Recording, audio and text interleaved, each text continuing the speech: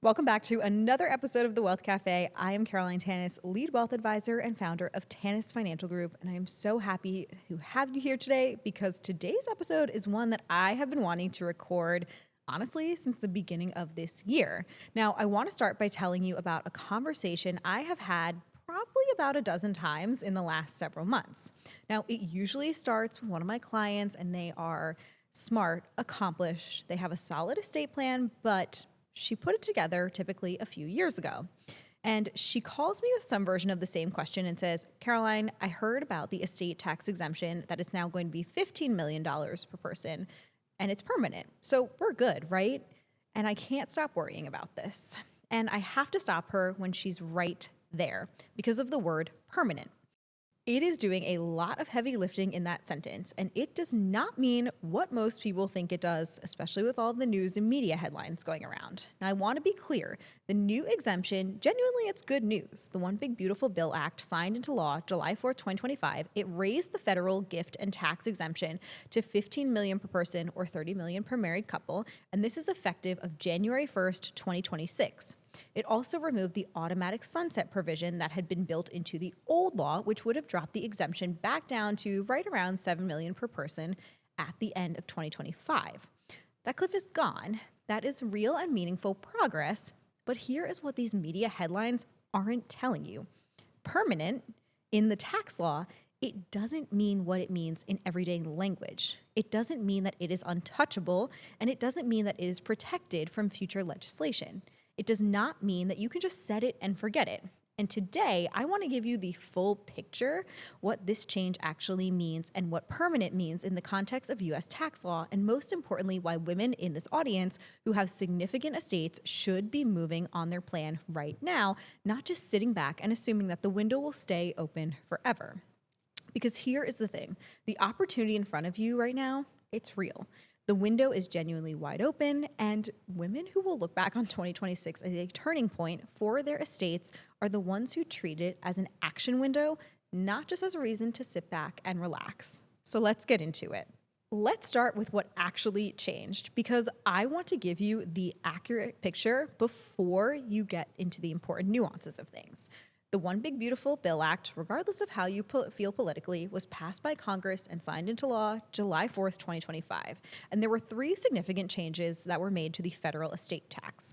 The first is that it raised the federal estate and gift tax exemption from $13.99 million per person in 2025 up to $15 million per person in 2026. Now, for married couples, that's going to be $30 million combined.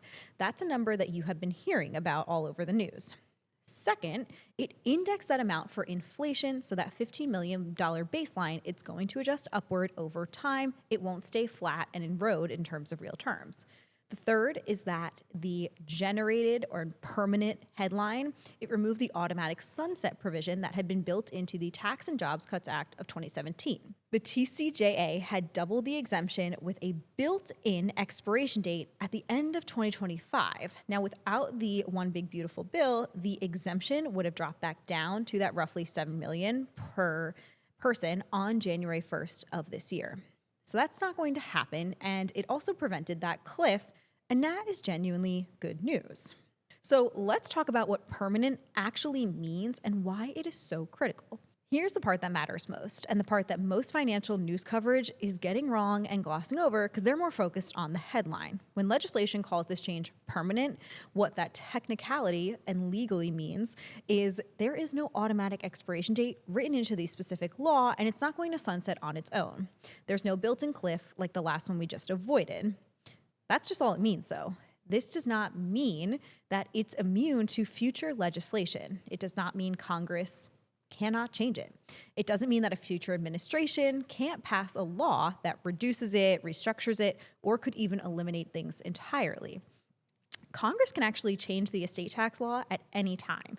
It can be a new administration, it can be a new Congress, a new set of fiscal priorities, and we would have an entirely new estate tax landscape, and regardless of what the laws say today. Now, I want to say this one more time because it is the single most important thing of this episode. Permanent in the tax law means permanent until Congress decides otherwise. So what does permanent mean? And can it actually be changed? Now, the estate has actually changed dramatically over the last 25 years. This $15 million level is historically high. Historically high levels attract political attention and fiscal priorities can shift. Now, that's not a prediction. It is a pattern from 25 years of watching the landscape change. Planning on that is a reality, not me trying to be pessimistic. And I want to help you be prepared in case we do see those changes.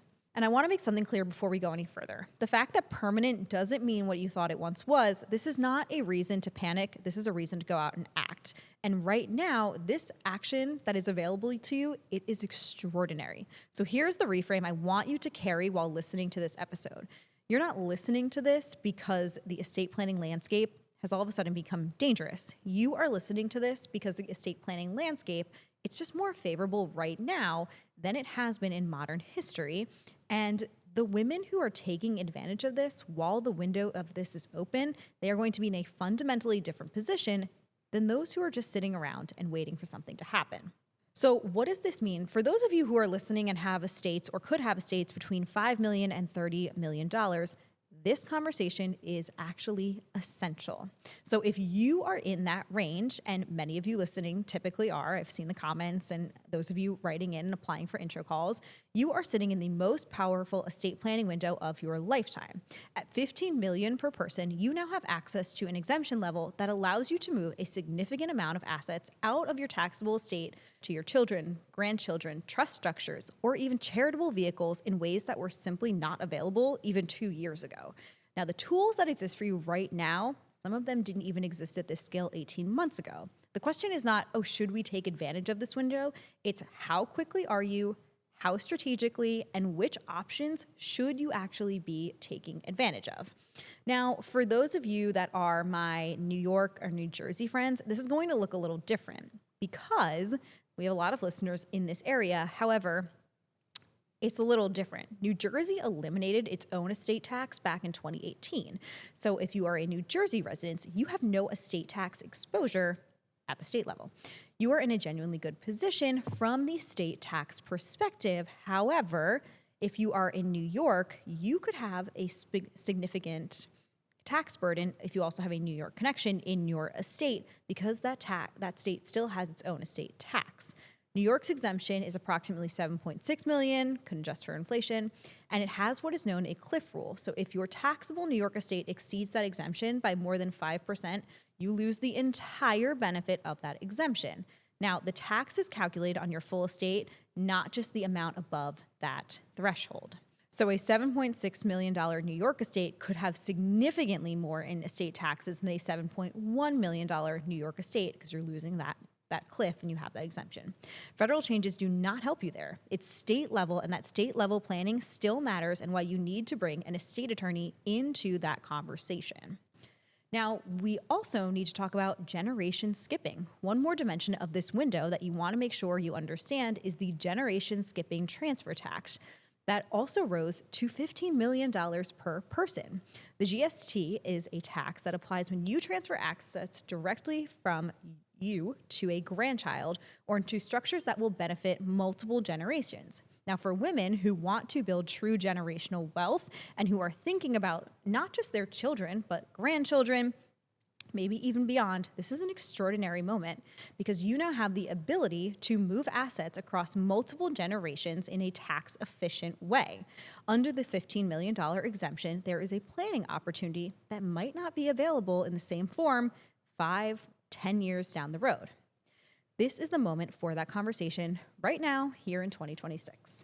All right, let's get a little deeper into this. So there's 3 layers, which I really love to dive into on this show. Now, layer 1 is the version of the story that most people have heard, the estate tax exemption being $15 million, and it's the quote-unquote permanent, which is probably fine unless you are worth or going to be worth more than that $15 million. Time to move on. As we've established, that version, it's incomplete. It is not wrong about the numbers. It's wrong about the security that it implies, and it's incomplete information at this wealth level, and it is not a small problem. Layer 2, and this is where I want to walk through the specific issues that need attention right here, right now in 2026. Given this new landscape, there's a lot of hypotheticals that can happen. There are things that are affecting real estate plans today, and issue 1 is the clause trap. This one surprises almost every client that I walk through with this. Many wills and trusts that are drafted in prior years, even some of them in recent years, depending on who drafted it, contain what are called formula clauses. These were instructions written into the document that say something like, I leave assets up to the federal estate tax exemption amount to my children's trust, and everything above that amount goes to charity. Now, that language, it was elegant when it was written, and when the exemption was $11 million, it meant that roughly $11 million to the kids' trust, and then the remainder, if any, to the charity. It was clean and it was intentional, but here's the problem. The same language today under a $15 million exemption directs $15 million into the children's trust, which may be your entire estate, which means that nothing could end up going to charity that you may have actually intended to benefit. Now, the document is doing exactly what it says, but it may not be doing what you mean for it to do. Now, this is happening to real families right now. Estates were thoughtfully planned and they are producing unintended outcomes because the exemption moved, but the documents aren't moving with it. If your estate plan contains language tied to the federal exemption amount, you and your estate attorney need to go through a review this year. Not eventually, it needs to happen this year. In case something happens to you, you want to honor your legacy. Issue 2. Portability does not happen automatically. This is when well documented in the estate planning world, and it gets missed. It happens in surprising regularity. So I want to make sure that every woman listening to this show understands it, because we tend to outlive our spouses. So when one spouse dies, the surviving spouse has the ability to use their deceased spouse's unused estate tax exemption. This is actually what is defined as portability. And it can effectively double the amount of assets that you can tax-free from the surviving spouse's estate under the current $15 million exemption. Portability can mean an additional $15 million into the protection of the surviving spouse. That's not a small thing, okay? But portability, it doesn't happen automatically. It's a special election that has to be made, and it's done on your federal tax return within 9 months of the date of death. 9 months, note that. Now, even if the estate is well under the threshold, it might be worth it because you never know what's going to happen in the future. If you miss that 9-month window, the portability election is gone, it's unused, and you lose that exemption. It's better to file it and have that available. It can't be recovered, and the surviving spouse's estate faces a significantly different picture going forward. I have seen this missed, and it's one of the most preventable and most consequential mistakes in the estate administration. Let's dive into issue number 3. The gift and estate exemptions are unified. The one thing important for women who have been making significant gifts during their lifetime is that the $15 million estate tax exemption and the lifetime gift tax exemption, they're essentially in the same pool, meaning they're unified. Every taxable gift you make during your lifetime that is above the annual exclusion, which for 2026 is $19,000 per recipient, counts against the lifetime exemption, and it's reducing the amount available at death. So if you've been making significant taxable gifts over the years, your remaining exemption might actually be lower than that $15 million figure and that headline number that you've been seeing. So your advisor needs to know your full gifting history and have an accurate picture of understanding where you're at and if you've used any of that $15 million. Layer number 3, this is where we're going to get into the real planning, and I want to make the case clearly and directly for why acting right now is essential.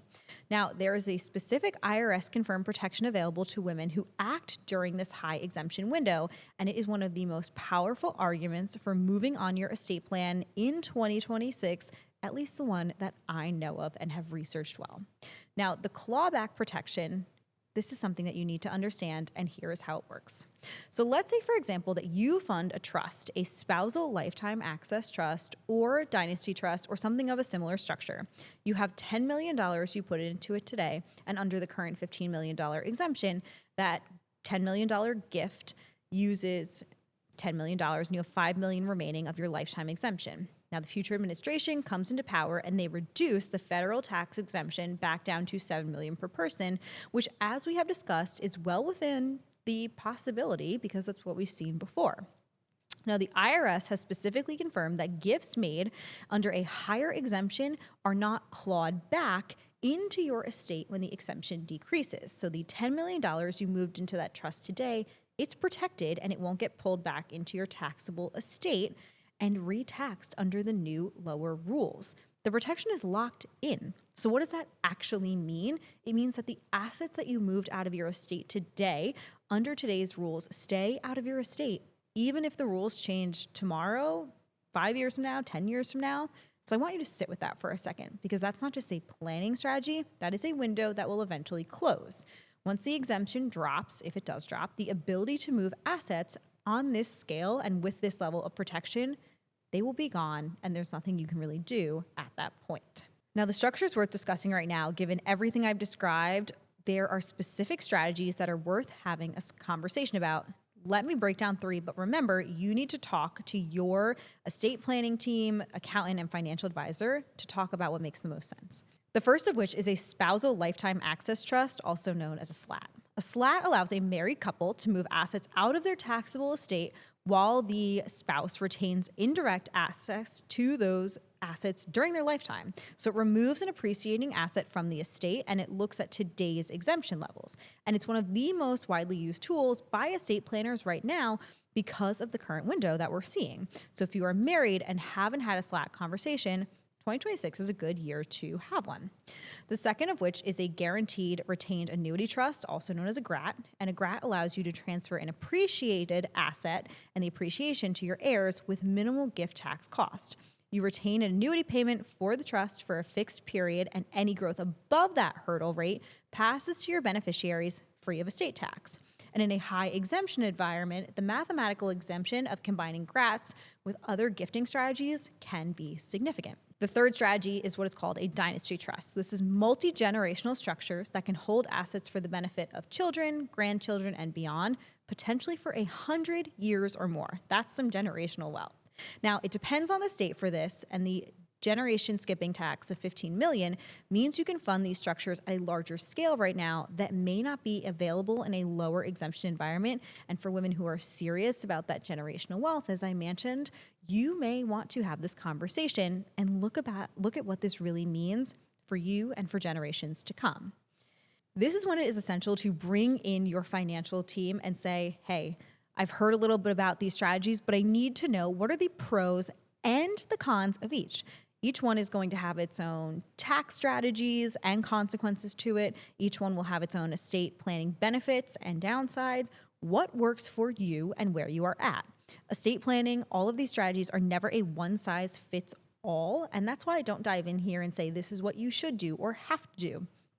Personal finance, as I always say, it is just that. It is personal. So this is your sign. Summer is coming and you need to take this time and spend 2026 and the rest of it planning out and maximizing what should I do or what should we do if we think our lifetime wealth or our estate could be worth above that $15 million threshold or even above a certain threshold where you could see this $15 million sunsetting. Take advantage of all of this now. Explore strategies because it is better to have a conversation now while you have this opportunity and this clawback time period available to you rather than wish you had done something with it. If you want to add someone to your financial team or you know somebody who would benefit from hearing this conversation, we would appreciate you sharing this episode. And I look forward to seeing you again on the next episode of The Wealth Cafe.